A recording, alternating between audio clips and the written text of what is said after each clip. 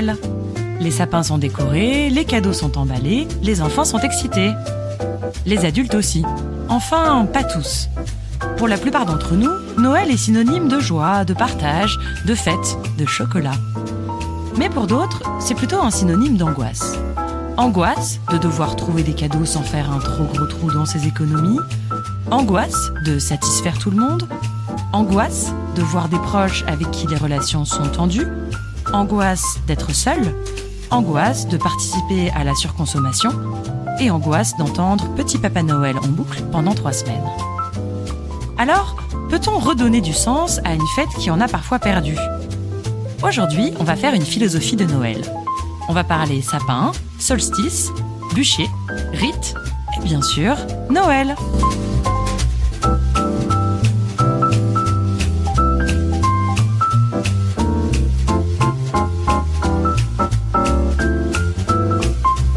Noël est l'une des plus vieilles célébrations humaines.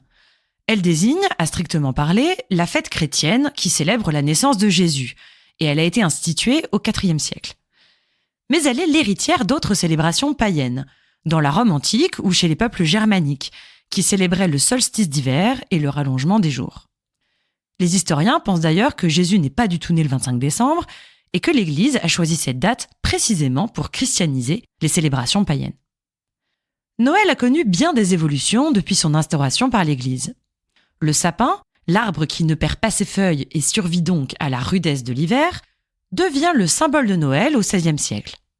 Le Père Noël, lui, fait son apparition au XXe siècle, mais il est l'héritier de vieilles croyances antiques. Il emprunte d'ailleurs son apparence à Saint Nicolas, un évêque du IVe siècle. Et le nom américain Santa Claus est la transcription de son nom, Saint Niklaus. Et non, le Père Noël n'a pas été créé par la marque Coca-Cola. Il tient sa couleur rouge de l'apparence de Saint Nicolas. Mais il est vrai que Coca-Cola a contribué à fixer son image, en l'utilisant dans une campagne de pub dans les années 30. Noël est donc le produit d'un syncrétisme, d'une multitude de traditions, depuis la Rome antique, en passant par le christianisme du Moyen-Âge, les publicités de Coca-Cola, jusqu'à la fête que nous connaissons aujourd'hui.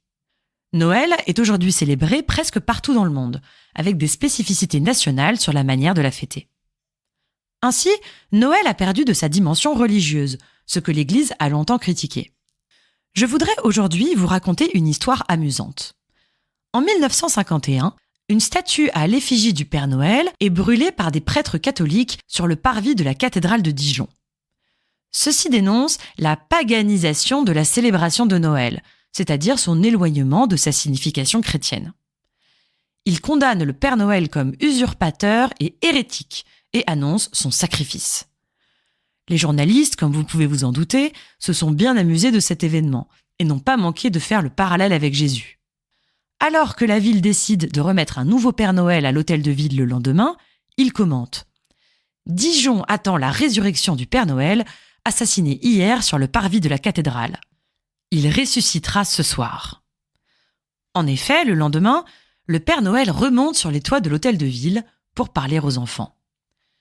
Claude Lévi-Strauss, un anthropologue et philosophe français très connu, s'empare de l'affaire et publie un article intitulé « Le Père Noël supplicié », dans lequel il se demande pourquoi nous avons inventé le Père Noël. Ce penseur a consacré sa carrière à chercher la signification dans les rites. Il affirme que nous pouvons trouver des structures universelles de l'humanité en comparant des mythes et des rites du monde entier. C'est le structuralisme. Dans son article consacré au Père Noël, il fait ainsi un détour par les Indiens Pueblo d'Amérique de l'Ouest et propose une analyse étonnante. Lévi-Strauss rappelle que le rituel de Noël a beaucoup fluctué au cours des siècles et que s'il est aujourd'hui largement imprégné de l'influence américaine, Noël n'a pas attendu les États-Unis pour être célébré. Il rappelle, comme je le disais en introduction, que la fête de Noël est l'héritière des Saturnales romaines et qu'elle a depuis, selon lui, sensiblement la même signification. Noël, c'est le triomphe de la vie sur la mort. D'abord, en automne, Halloween célèbre le retour des morts et le déclin des jours. Les enfants se déguisent en morts et persécutent les adultes, à moins que ceux-ci ne leur fassent des cadeaux, des bonbons ou un sort. Jusqu'au solstice d'hiver, le 21 décembre, quand les jours recommencent à s'allonger et que la lumière revient. Alors, ce sont les adultes qui se déguisent en Père Noël et font des cadeaux aux enfants pour célébrer leur vitalité. La vie a triomphé de la mort et les morts peuvent laisser les vivants en paix, au moins jusqu'au prochain automne. Alors, selon Lévi-Strauss, la figure du Père Noël, cette sorte de divinité qui nous offre des cadeaux depuis l'au-delà, représente la douceur de vivre et le souhait de ne pas mourir. En célébrant le Père Noël auprès de nos enfants, nous célébrons leur vitalité et la nôtre.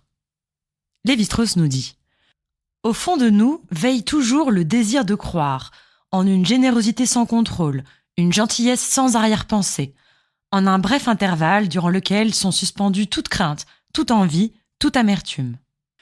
Sans doute ne pouvons-nous pas partager pleinement l'illusion. Mais ce qui justifie nos efforts, c'est qu'entretenues chez d'autres, elles nous procurent au moins l'occasion de nous réchauffer à la flamme allumée dans ces jeunes âmes. »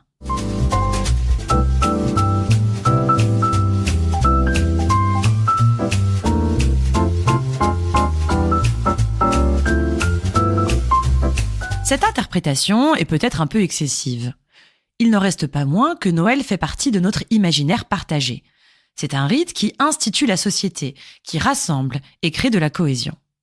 Mais que se passe-t-il quand cet imaginaire devient aliénant, quand il est fait d'injonctions plus que de partage? Quand cet imaginaire ne fait plus rêver, mais cauchemarder, pouvons-nous nous en débarrasser? Quand la fête de la lumière devient le néon des magasins qui nous fait mal aux yeux et au portefeuille, ne passons-nous pas à côté de quelque chose? Si des prêtres catholiques ont brûlé une statue à l'effigie du Père Noël, vous pouvez, vous aussi, vous rebeller contre le vieux monsieur barbu. Saviez-vous que cette histoire plutôt amusante a donné naissance à une tradition dans la ville de Dijon? Chaque année, depuis 1951, le Père Noël descend depuis une tour jusqu'à la place centrale de Dijon, sur une tyrolienne, en hommage au bûcher du Père Noël, puis à sa résurrection le lendemain sur les toits de l'hôtel de ville. Alors, vous pouvez vous aussi brûler ce qui, dans la célébration de Noël, vous semble aliénant. Vous aussi, vous pouvez faire un sacrifice. Enfin, symboliquement, bien sûr. Et cela vous permettra peut-être de créer votre propre rite, comme la ville de Dijon, de vous réapproprier un imaginaire qui vous avait été confisqué, de créer votre propre célébration de Noël, ou votre non-célébration, si c'est ce que vous préférez. Perpétuez la tradition de la grande tablée familiale, ou fêtez-le en petit comité avec des amis, ou encore, ne fêtez pas du tout Noël. Faites ce qui vous convient le mieux, créez votre propre tradition. Si Noël est bien une fête syncrétique, qui a traversé les siècles et n'a cessé de se réinventer, alors elle acceptera bien que vous y mettiez, vous aussi, votre grain de sel. Joyeux Noël, joyeux solstice d'hiver, joyeuse fête de la lumière à toutes et à tous.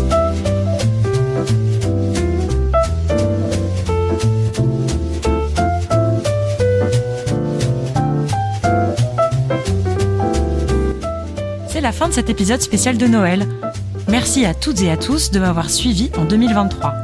On se retrouve dès le 10 janvier 2024 pour une reprise en fanfare du fil d'actu, avec une philosophie des bonnes résolutions.